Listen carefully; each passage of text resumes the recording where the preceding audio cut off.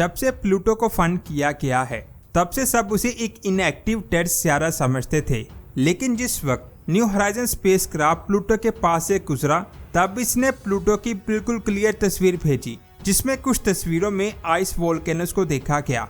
हैरान करने वाली बात यह है कि साइंसदान के मुताबिक आइस वोल्केनोस प्लूटो के अलावा पूरे सोलर सिस्टम में किसी और सितारे पर नहीं है। जैसे प्लूटो मिस्टीरियस है, वैसे ही उसके क्रीपी ड्वार्फ सितारे भी बहुत ज्यादा मिस्टीरियस हैं। जब जेम्स स्पेस टेलीस्कोप से इन ऑब्जेक्ट्स को स्टडी किया गया तो वहां साइंसदान को ऐसी चीजें मिली जो लाइफ की तरफ इशारा कर रही हैं। आखिर जेम्स स्पेस टेलीस्कोप ने वहां क्या देखा?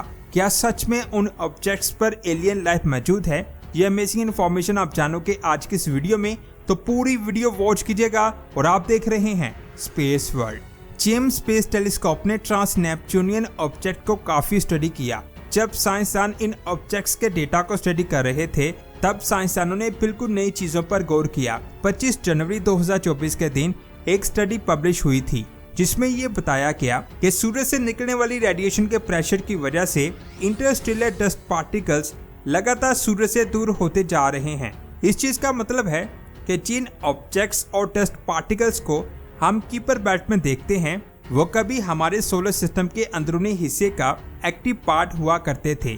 जो ऑब्जेक्ट्स हमारी जमीन से बहुत ज्यादा दूर होते हैं उनको स्टडी करने के लिए स्पेक्ट्रोस्कोपी का इस्तेमाल किया जाता है। इसमें उन ऑब्जेक्ट्स को अलग अलग वेवलेंथ में देखा जाता है। इन वेवलेंथ में जो एरिया सबसे ज्यादा हाई होता है या फिर जिस एरिया का कलर चेंज होता है उस कलर को डिटेक्ट करके पता चल जाता है कि इस ऑब्जेक्ट पर कौन सा एलिमेंट मौजूद है, और ये भी पता चल जाता है कि वो एलिमेंट कितनी मकदार में मौजूद है। इसी स्पेक्ट्रोस्कोपी से जब नेपच्यून से आगे क्यूपर बेल्ट में देखा गया तो वहाँ बहुत सारे कलर्स को नोटिस किया गया। इतने सारे कलर्स का क्यूपर बेल्ट में डिटेक्ट होना दो चीजों की तरफ इशारा करता है। या तो क्यूपर बेल्ट में मौजूद हर ऑब्जेक्ट में कोई ना कोई यूनिक एलिमेंट मौजूद है जो बहुत ज्यादा हैरान करने वाली बात है, या फिर कॉस्मिक या गैलेक्टिक रेस जब इस एरिया में मौजूद चीजों पर पड़ती है उसी वजह से साइंसदानों को इतने सारे कलर्स दिखाई दिए होंगे। लेकिन साइंसदान का कहना है कि इन कलर्स का मतलब है कि हो सकता है इन ऑब्जेक्ट में कहीं ना कहीं लाइफ के सबूत मौजूद हों। लेकिन ऐसा साइंसदानों ने क्यों कहा कि जब जेम्स स्पेस टेलीस्कोप को प्लूटो से आगे एरिस और माके की तरफ पॉइंट किया गया तब काफी देर तक उनकी एक्टिविटी को रिकॉर्ड किया गया। पहले इन ऑब्जेक्ट्स को डेड माना जाता था, लेकिन न्यू स्टडी से पता चला कि इन पर कोई ना कोई एक्टिविटी होती है। एरिस और माके के एटमॉस्फेयर और सरफेस में मीथेन और हाइड्रोजन मौजूद है। ये बात तो सबको पता थी कि ये दोनों आइस ऑब्जेक्ट हैं। इसका मतलब है जहाँ बर्फ होगी वहाँ हाइड्रोजन भी होगी। असल में इन सारे ऑब्जेक्ट्स को इनएक्टिव ऑब्जेक्ट्स की कैटेगरी में शामिल किया जाता है। साइंसदान के मुताबिक यहाँ जब कोई ऑब्जेक्ट बनता होगा तो ये कंपाउंड उसकी फॉर्मेशन के साथ ही बने होंगे, और तब से लेकर आज तक यहाँ पर मेजर कोई नए कंपाउंड नहीं बने होंगे, क्योंकि नए कंपाउंड के लिए एनर्जी चाहिए होती है। और ये ऑब्जेक्ट सूरज से इतनी ज्यादा दूर हैं कि यहाँ सूरज की बहुत कम रोशनी पहुँच पाती है। ऐसा साइंसदान पहले मानते थे, लेकिन जेम्स की नई स्टडी ने सबको गलत साबित कर दिया। जब साइंसदानों ने जेम्स स्पेस टेलीस्कोप के जरिए एरिस और माके के डीएच रेशियो को कैलकुलेट किया। आगे बात करने से पहले डीएच रेशियो की बात करते हैं।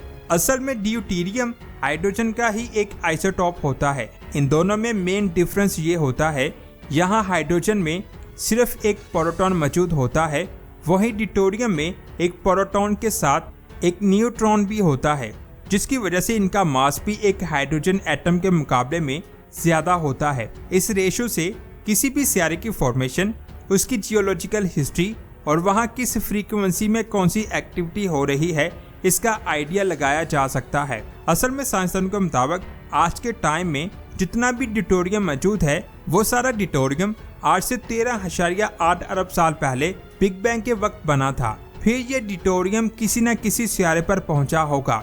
अब अगर किसी सितारे पर बहुत ज्यादा एक्टिविटी होती है तो वहाँ नॉर्मल हाइड्रोजन की मकदार एनवायरनमेंट में होने वाली चेंजिंग की वजह से बढ़ती रहती है, जिसकी वजह से उस जगह की ड्यूटेरियम हाइड्रोजन रेशो कम हो जाती है।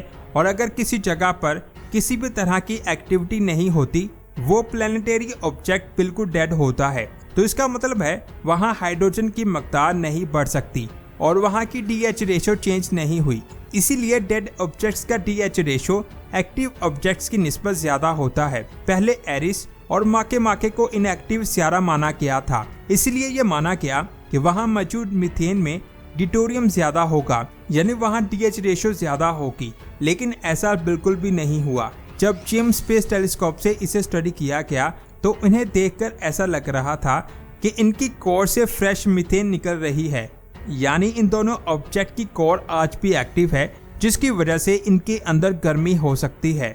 स्टडी में ये भी बताया गया कि इन ऑब्जेक्ट्स के अंदर पानी के एलिमेंट्स को भी देखा गया है, जिसका मतलब है कि इन दोनों ऑब्जेक्ट की बर्फीली चादर के नीचे पानी का समुंदर हो सकता है। यहाँ पर कार्बन के 2 मॉलिक्यूल्स यानी 13C और 12C की रेशो को भी देखा गया। साइंसदान के मुताबिक आज से अरबों साल पहले पानी कॉमेट और एस्ट्रॉइड के जरिए जमीन पर आया था। अगर सच में ऐसा है तो ये कॉमेट अल्लाह के हुक्म से क्यूपर पैट और क्लाउड से जमीन पर आए थे, और इन कॉमेट में भी 13C/12C की रेशो मौजूद है, और ये रेशो एरिस और माके में भी मौजूद है। यानी इन दोनों ऑब्जेक्ट पर वही पानी मौजूद है जो अरबों साल पहले जमीन पर हुआ करता था। साइंसदानों ने सारे डेटा को देखते हुए इन दोनों ऑब्जेक्ट्स के 3 मॉडल रखे, जिनके मुताबिक इन आइस ड्वार्फ सियारों की 4 लेयर्स हैं: सरफेस, आइस शेल, वाटर और कोर। इस पूरे स्ट्रक्चर में कोर में सारी एनर्जी जनरेट होती है, जिसका असर लिक्विड वाटर पर होता है। जब ये वाटर गर्म होता है तो वहाँ बहुत ज्यादा प्रेशर बनता है, और जब ये प्रेशर एक लिमिट से ज्यादा हो जाता है तो ये आइस शेल से बाहर निकल जाता है।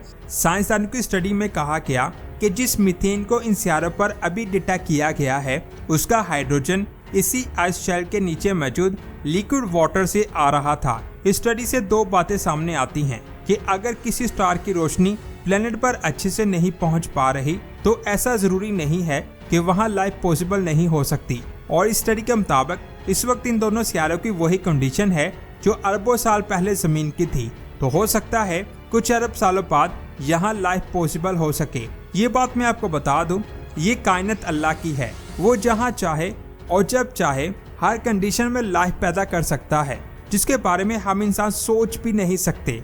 तो दोस्तों, ये थी आज की शानदार वीडियो। आपको कैसी लगी नीचे कमेंट करके जरूर बताएं। अगर अच्छी लगी तो इस वीडियो को लाइक और शेयर लाजमी करें। मिलते हैं एक और शानदार वीडियो में। अपना बहुत सारा ख्याल रखें। अल्लाह हाफिज़।